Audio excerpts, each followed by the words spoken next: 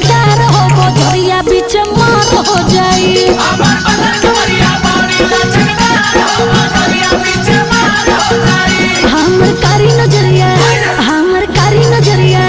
हमर कारी नजरिया बड़ी जान मार हो बजरिया बीच मार हो जाई